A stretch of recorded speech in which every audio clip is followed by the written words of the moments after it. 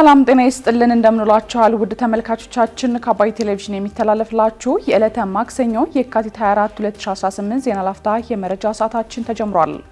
የትግራይ ህዝብ ዳግም ጦርነትና ውድመት አይገባውም ሲሉ ጠቅላይ ሚኒስትር አብይ አህመድ መናገራቸውን፣ በሳዑዲ አረቢያ በአስቸጋሪ ሁኔታ ውስጥ ይኖሩ የነበሩ ከ2000 በላይ ኢትዮጵያውያን ወደ ሀገራቸው መመለሳቸውን እንዲሁም በደቡብ ሱዳን በታጣቂዎች በተፈጸመ ድንገተኛ ጥቃት ከ160 በላይ ሰዎች መገደላቸውን ጨምሮ ሌሎች መረጃዎችን ይዘንላችሁ ቀርበናል። ዜናዎቹን እየመራው ዳሩ ሰላም ተሾመ ከናንተ ጋር ቆይታ አደርጋለሁ። አብራችሁን ቆዩ። የትግራይ ህዝብ ዳግም ጦርነትና ውድመት አይገባውም ሲሉ ጠቅላይ ሚኒስትር አብይ አህመድ ተናገሩ። የህወሓት ኃይል ወደ መሬት መውረድ በማይችል ያረጀ አስተሳሰብ የታሰረ ድርጅት ነው ሲሉ ጠቅላይ ሚኒስትር ዶክተር አብይ አህመድ ተናግረዋል። ጠቅላይ ሚኒስትር አብይ አህመድ በወቅታዊ ጉዳዮች ዙሪያ ከኢትዮጵያ ዜና አገልግሎት ኢዜአ ጋር በትግርኛ ቋንቋ ባደረጉት ቃለ መጠይቅ ወቅት ነው ይህንን የተናገሩት። ዛሬ ምሽት 2 ሰዓት ተኩል በመገናኛ ብዙሃን እንደሚሰራጭ በተገለጸውና ማስታወቂያው በተለቀቀው ቃለ መጠይቅ የትግራይ ህዝብ ሰላምና ልማት ይገባዋል፣ ሰላምና ልማትን ይፈልጋል፣ ለሰላምና ልማት ታግሏል በሚል ጠቅላይ ሚኒስትር አብይ አህመድ ሲናገሩም ተደምጠዋል። የህወሓት ቡድን የትግራይን ህዝብ ወደ ዳግም ጦርነት ለመክተት እየሰራ ነው የሚል ሀሳብ የተነሳላቸው ጠቅላይ ሚኒስትር አብይ አህመድ የትግራይ ህዝብ ዳግም ጦርነትና ውድመት አይገባውም የሚል ጽኑ እምነት አለኝም ብለዋል። ብቻውን እየቀረው የህወሓት ቡድን እንደ እብድ ውሻ ከትግራይ ወጣት፣ ከትግራይ የጸጥታ አካላት፣ ከትግራይ ምሁራን፣ ከትግራይ ዲያስፖራ እንዲሁም ከሁሉም የትግራይ ህዝብ ጋር መቃቃር ውስጥ ገብቷል በማለትም አብራርተዋል። ኤርትራን በሚመለከት ባነሱት ሀሳብ ደግሞ ከ30 ዓመት በፊት ሻዕቢያ ኤርትራን ሲይዝ በኤርትራ 30 ፋብሪካዎች ነበሩ፣ አሁን ሁሉም ወድመዋል፣ አገልግሎት አይሰጡም ሲሉም ገልጸዋል። ጠቅላይ ሚኒስትር አብይ አህመድ አክለውም ሻዕቢያ ስልጣን ሲይዝ በሀገሪቱ አስመራ ዩኒቨርሲቲ የሚባል ነበር ያሉ ሲሆን አሁን እሱም ተዘግቷል ሲሉም ገልጸዋል። የህወሓት ቡድን በትግራይ ክልል ባሳለፍነው ሳምንት በተለያዩ አካባቢዎች የግዳጅ ሰልፍ ማካሄዱን ስምረት ፓርቲ ገልጾ የነበረ ሲሆን ሰልፉም ለጦርነት መቀስቀሻነት የሚውል እንደሆነ መገለጹም አይዘነጋም። በተጨማሪም ከህወሓት ቡድን ጋር ጽምዶ የተባለ ጥምረት ፈጥሯል የተባለው የኤርትራ መንግስት በኃይል ወሮ ከያዘው የኢትዮጵያ ግዛት ለቆ እንዲወጣ የኢትዮጵያ ውጭ ጉዳይ ሚኒስትር እየጠየቀው ከሳምንታት በፊት እንደነበረ አይዘነጋም። እንዲሁም ሻዕቢያ በኢትዮጵያ ውስጥ የሚንቀሳቀሱ ታጣቂዎችን እንደሚደግፍ በኢትዮጵያ መንግስት በኩል በተደጋጋሚ ሲገለጽም ይሰማል። በሳዑዲ አረቢያ በአስቸጋሪ ሁኔታ ውስጥ ይኖሩ የነበሩ ከ2000 በላይ ኢትዮጵያውያን ወደ ሀገራቸው ተመለሱ። በሳዑዲ አረቢያ በአስቸጋሪ ሁኔታ ውስጥ ይኖሩ የነበሩ ከ2000 በላይ ኢትዮጵያውያን ወደ ሀገራቸው መመለሳቸውን የሴቶችና ማህበራዊ ጉዳይ ሚኒስቴር አስታውቋል። ባለፈው አንድ ሳምንት ውስጥ በተከናወኑ 8 ዙር በረራዎች ወደ ሀገራቸው የተመለሱ ዜጎች በሙሉ ወንዶች ሲሆኑ ከነዚህ መካከል 38 የሚሆኑት እድሜያቸው ከ18 ዓመት በታች የሆኑ ታዳጊዎች መሆናቸውም ተገልጿል። ከመስከረም 5 ቀን 2018 ዓ.ም ጀምሮ ዜጎችን ወደ ሀገር ቤት ለመመለስ እየተከናወነ ባለው ሰፊ ስራ እስካሁን ድረስ 56225 ኢትዮጵያውያንን ወደ ሀገራቸው መመለሳቸውም ተገልጿል። የሴቶችና ማህበራዊ ጉዳይ ሚኒስቴር ከሚመለከታቸው ባለድርሻና አጋር አካላት ጋር በመቀናጀት ለተመላሽ ዜጎች በአየር ማረፊያና በማቆያ ማዕከላት ተገቢውን ድጋፍና እንክብካቤ እያደረገ እንደሚገኝም ገልጿል። ከዚህም በተጨማሪ ተመላሾችን ከቤተሰቦቻቸው ጋር የማቀላቀል ስራ በትኩረት እየተከናወነ መሆኑን ሚኒስቴሩ አመልክቷል። የመንግስትና የዓለም አቀፍ ተቋማት ቅንጅት በሳዑዲ አረቢያ አስቸጋሪ ሁኔታ ውስጥ ያሉ ቀሪ ዜጎችንም ወደ ሀገር ቤት ለመመለስ የሚያደርገው ጥረት ተጠናክሮ እንደሚቀጥልም ተመላክቷል። በደቡብ ሱዳን በታጣቂዎች በተፈጸመ ድንገተኛ ጥቃት ከ160 በላይ ሰዎች መገደላቸው ተነገረ።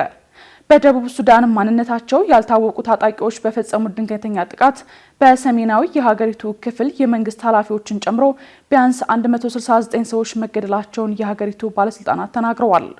ጥቃቱ የተፈጸመው ሮዌንግ ተብሎ በሚጠራው ግዛት መሆኑን የግዛቲቱ ቃል አቀባይ ተናግረው የጥቃት ፈጻሚዎቹ ከጎረቤት ዩኒቲ ግዛት የመጡና ከተቃዋሚው የሱዳን ነጻነት ጦር ጋር ግንኙነት ያላቸው ወጣቶች ሊሆኑ ይችላሉም ብለዋል። የሱዳን የነጻነት ጦር ግን የሀገሪቱ ግዛቶች ግጭቶችን ከፖለቲካ ጋር እያነካኩ ነው በሚል የቀረበበትን ክስ አስተባብሏል። የካቲት 22 2018 ዓ.ም አመሻሽ ላይ ተፈጸመ በተባለው ድንገተኛ ጥቃት የአካባቢው የመንግስት ታጣቂዎች ምላሽ ቢሰጡም ጥቃቱን መመከት እንዳልቻሉም ተገልጿል። ቃል አቀባዩ ከሟቾቹ መካከል 79 የሚሆኑት የመንግስት ታጣቂዎች እንደሆኑና ቀሪዎቹ 90 ሟቾች ደግሞ ህጻናት፣ አዛውንቶችና ሴቶች መሆናቸውንም ተናግረዋል። 15 የቆሰሉ ሰዎችም ለሕክምና ወደ አቤ ግዛት መወሰዳቸውን ቃል አቀባዩ አክለዋል። በደቡብ ሱዳን የሚገኘው የመንግስታቱ ድርጅት ወኪል ጥቃቱን ተከትሎ 1000 የሚደርሱ ሰዎች ከለላ ፍለጋ ወደ ጣቢያቸው መሄዳቸውን ገልጸዋል። በደቡብ ሱዳን የመንግስታቱ ድርጅት ወኪል አኒታ ኪኪ ግቤሆ ጥቃት የደረሰባቸውን የማህበረሰብ ክፍሎች ለመከላከልና መልሶ ለማቋቋም ከደቡብ ሱዳን መንግስት ጋር እየሰሩ መሆናቸውን ገልጾ ሁለቱም አካላት ወዲያውኑ ግጭት እንዲያቆሙና ወደ ንግግር እንዲገቡ ጥሪ አቅርበዋል። በተፈጠረው የጸጥታ ስጋትና በደረሰው ከፍተኛ ጥቃት ሳቢያ ሟቾች በጅምላ መቀበራቸውም ተሰምቷል። በዝርዝር ወደ ያዝነው መረጃ ስናልፍ ደግሞ እስራኤል በቴህራንና ቤይሩት ላይ አዲስ ጥቃት ስትፈጽም በሪያድ የሚገኘው የአሜሪካ ኤምባሲ በሁለት ድሮኖች መመታቱ ተገለጸ። አሜሪካና እስራኤል በኢራን ላይ ጥቃት ከጀመሩ ዛሬ ማክሰኞ የካቲት 24 ቀን 2018 ዓ.ም አራተኛ ቀናቸውን የያዙ ሲሆን በመካከለኛው ምስራቅ የሚፈጸሙ ጥቃቶችን እያሰፋ ይገኛል። እስራኤል በቴህራንና ቤይሩት የምትፈጽመውን ጥቃት አጠናክራ ስትቀጥል፣ ኢራን ደግሞ በመካከለኛው ምስራቅ አገራት ላይ ባሉ የአሜሪካ የጦር ቤዞችንና ኤምባሲዎችን ኢላማ ያደረገ ጥቃቷን ቀጥላለች። ዝርዝር መረጃውን ቴዎድሮስ አይቸው እንደሚከተል ያቀርበዋል። እስራኤል በቴህራንና በቤይሩት ላይ አዲስ ጥቃት ስትፈጽም በሪያድ የሚገኘው የአሜሪካ ኤምባሲ በሁለት ድሮኖች መመታቱ ተገለጸ። አሜሪካና እስራኤል በኢራን ላይ ጥቃት ከጀመሩ ዛሬ ማክሰኞ የካቲት 24 ቀን 2018 ዓ.ም አራተኛ ቀኑን የያዘ ሲሆን እስራኤል በሌሎች ሀገራትም ላይ ጥቃት መሰንዘሯ ተዘግቧል። የእስራኤል ጦር በቴህራንና በቤይሩት ወታደራዊ ኢላማዎች ናቸው ባላቸው ስፍራዎች ላይ ጥቃት መፈጸሙ ተገልጿል። የእስራኤል ጠቅላይ ሚኒስትር ቤንያሚን ኔታንያሁ ጦሩ ወደ ሊባኖስ ገብቶ ተጨማሪ ቁልፍ አካባቢዎችን እንዲቆጣጠር ማዘዛቸውን የሀገሪቱ መከላከያ ሚኒስትር እስራኤል ካትዝ ተናግረዋል።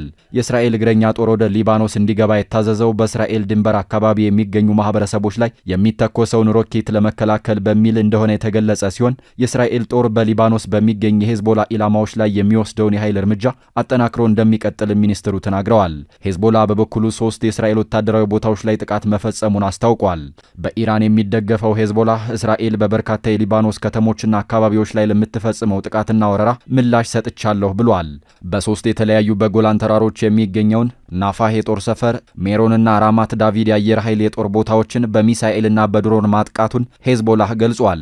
በሳውዲ አረቢያ ሪያድ የሚገኘው የአሜሪካ ኤምባሲ ላይ 2 የድሮን ጥቃት የደረሰ ሲሆን ጥቃቱን ኢራን ፈጽመው ሊሆን ይችላል ተብሏል።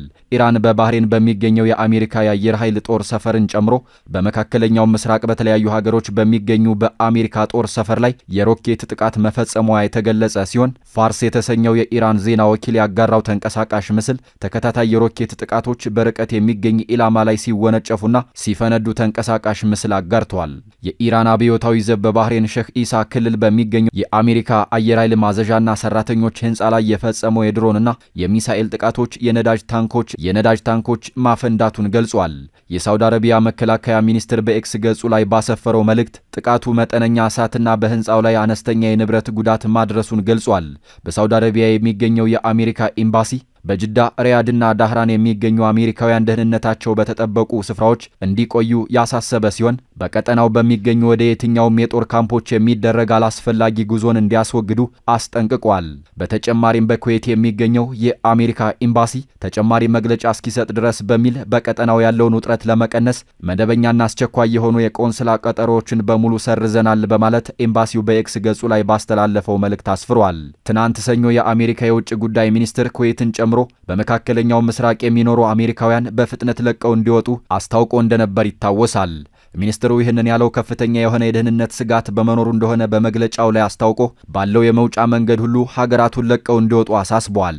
አሜሪካ የኩዌት ኤምባሲዋን የዘጋችው በሪያድ የሚገኘው ኤምባሲዋ በሁለት ድሮኖች ጥቃት ከደረሰበት በኋላ ነው ተብሏል። ቅዳሜ የካቲት 21 ቀን 2018 ዓ.ም እስራኤልና አሜሪካ በኢራን ላይ የከፈቱት መብረቃዊ ጥቃት ከ40 በላይ የሚሆኑ መሪዎችን ሕይወት የቀጠፈ የበርካቶች ንጹሃን ሕይወት የረገፈበት ጥቃት ሲሆን በአሁኑ ሰዓት ጦርነቱ የመካከለኛው ምስራቅ ሀገራትን በር እያንኳኳ ነው ተብሏል። ከአባይ ቴሌቪዥን ስተላለፍላችሁ የነበረው የዛሬው የካቲት 24 2018 የቀኑ መረጃችን ይህን ይመስል ነበር። አብራችሁን ስለነበራችሁ ከልብ እያመሰገንን በያላችሁበት መልካም ጊዜ ይሁንላችሁ።